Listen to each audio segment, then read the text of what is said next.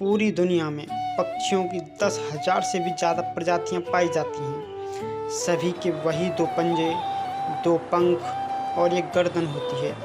लेकिन इन्हीं में से एक ऐसा पक्षी है जिसकी एक अलग ही पहचान है, जो आसमान का सीना चीर के हजारों मीटर ऊपर 120 किलोमीटर प्रति घंटे की रफ्तार से उड़ता है, जो खुद के कई गुना अधिक वजन के शिकार को भी अपने पंजे में दबोचकर उड़ जाता है और इसीलिए उसे पक्षियों का राजा कहा जाता है, जिसे हम बाज के नाम से जानते हैं। और एक बाज इतना ऊंचा मुकाम हासिल करता है सिर्फ अपनी ट्रेनिंग और पुनर्जन्म की वजह से।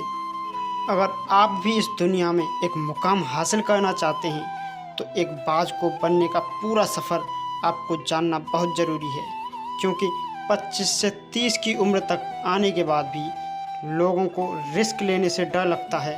लेकिन एक बाज की जीवन की शुरुआत ही रिस्क से होती है। जिस उम्र में बाकी पक्षियों के बच्चे सिर्फ चीं चीं करना सीखते हैं, उस उम्र में एक मादा बाज अपने बच्चों को पंजे में दबोचकर मुझे हजारों मीटर की आसमान की ऊंचाइयों में उड़ जाती है, उसे ये बताने के लिए कि तेरा जन्म आसमान का सीना चीर के सबसे ऊपर उड़ने के लिए हुआ है।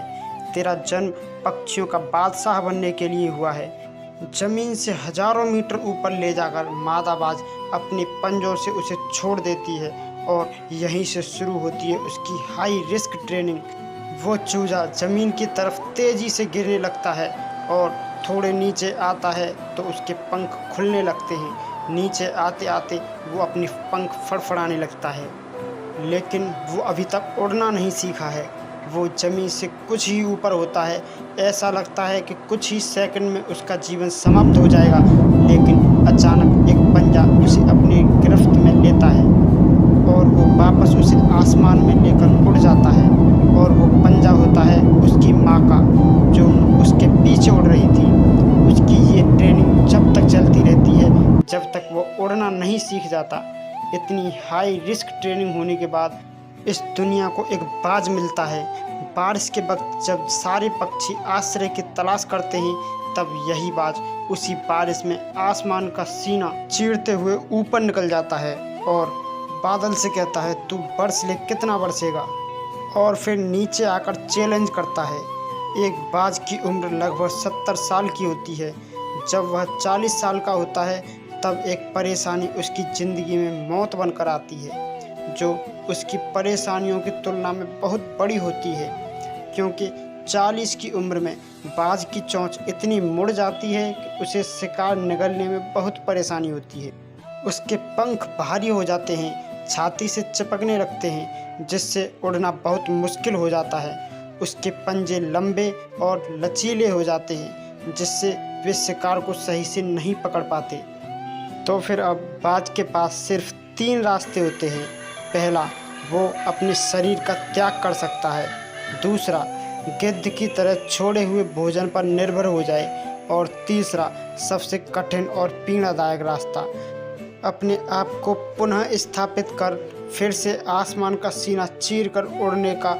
और वो उसी तीसरे रास्ते को चुनता है और अपने पास के सबसे ऊंचे चोटी पर पहुंच जाता है। वहां पर अपना घोंसला बनाता है और फिर शुरू होता है परेशानियों को जड़ से उखाड़कर आसमान में उड़ने का सफ़र। वह अपनी चोंच को एक चट्टान पर मार मार कर तोड़ देता है, लहू लुहान हो जाता है और इंतज़ार करता है नई चोंच के आने का। इसके बाद अपनी नई चोंच से अपने पंजों को काट देता है और फिर इंतज़ार करता है नए पंजों को उगाने का। उसके बाद वह अपने एक एक पंख को अपने शरीर से अलग करता है और फिर इंतज़ार करता है एक नए पंख उगाने का। और इस प्रक्रिया में उसे लगभग 5 महीने का समय लगता है। इन 5 महीने की कड़ी तपस्या से एक बाज का पुनर्जन्म होता है और वह फिर से तैयार हो जाता है आसमान का सीना चीर कर उड़ने के लिए। जो 3 रास्ते बाज के पास थे, वही 3 रास्ते आपके पास भी होते हैं। लेकिन कुछ लोग पहले रास्ते को चुनते हैं और परेशानियों के तले दबकर सुसाइड कर लेते हैं, और ज़्यादातर लोग दूसरे रास्ते को चुनते हैं। वो परेशानियों का थोड़ा बोझ पड़ते ही अपने लक्ष्य को छोड़कर एक नॉर्मल लाइफ जीने लगते हैं, और कुछ वो लोग भी होते हैं जो इन परेशानियों को लात मारकर अपनी मेहनत के दम पर बाज की तरह आसमान की बुलंदियों को छूते हैं। दोस्तों, बाज की यह ट्रेनिंग हमें बहुत कुछ सीख देती है कि अगर रिस्क लेना पड़े तो लो, लेकिन अपने फील्ड में अपने आप को इतना ट्रेंड कर लो कि उस फील्ड में आपसे ऊपर उड़ने के बारे में सोचकर लोग के पसीने छूटने लगें, तभी आप अपने फील्ड के बादशाह कहलाओगे। तो दोस्तों, आज की कहानी से आप क्या सीखे हमें कमेंट सेक्शन में बताना। अगर आप इससे थोड़े से भी मोटिवेट हुए हों तो वीडियो को लाइक और ऐसी ही मोटिवेशनल कहानियाँ सुनने के लिए अपने इस चैनल को सब्सक्राइब कर सकते हैं। धन्यवाद।